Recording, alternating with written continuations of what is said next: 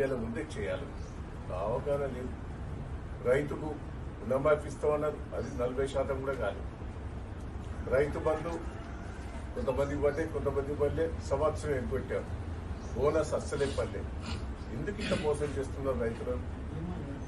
రైతు బీమా బంద్ పెట్టావు. నువ్వు ఫోటో ఉంటే అవి పక్కకు పెట్టు. రైతులకు కేసీఆర్ గారు ఇచ్చిన పనులన్న చేసి పెట్టి రైతాంగాన్ని ఆదుకో. నీళ్లు లేకపోతే మోసం కదా. పెద్దమంగళం కానీ, కొడకళ్ళ కానీ, తొర్రూరు కానీ, రాయపర్తి కానీ, వర్ధనపేట కానీ, పర్వతగిరి కానీ, సంగం కానీ, వరంగల్ జిల్లా మొత్తం ఆగమాగం ఇట్లానే నీళ్లు లేక.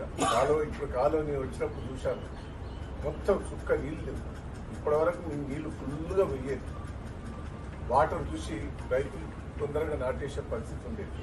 ఇలా రైతులు ఆందోళనకరులను ఇమ్మీడియట్లీ నీళ్లు వదిలిపెట్టాలి. ఎప్పటి వరకు నీళ్లు వదిలిపెట్టాలనో మరి ఇరిగేషన్ మంత్రి గారిని రిక్వెస్ట్ చేస్తున్నాం. ఆ డేట్ డిక్లేర్ చేయి. అప్పటి వరకు నువ్వు నీళ్లు వదిలిపెట్టకపోతే మేము మొత్తం రైతులతో పాదయాత్ర చేసి రేవంత్ రెడ్డి ముందర ధర్నా చేయడం కూడా జరుగుతుందని ఉండే సందర్భం తెలియదు.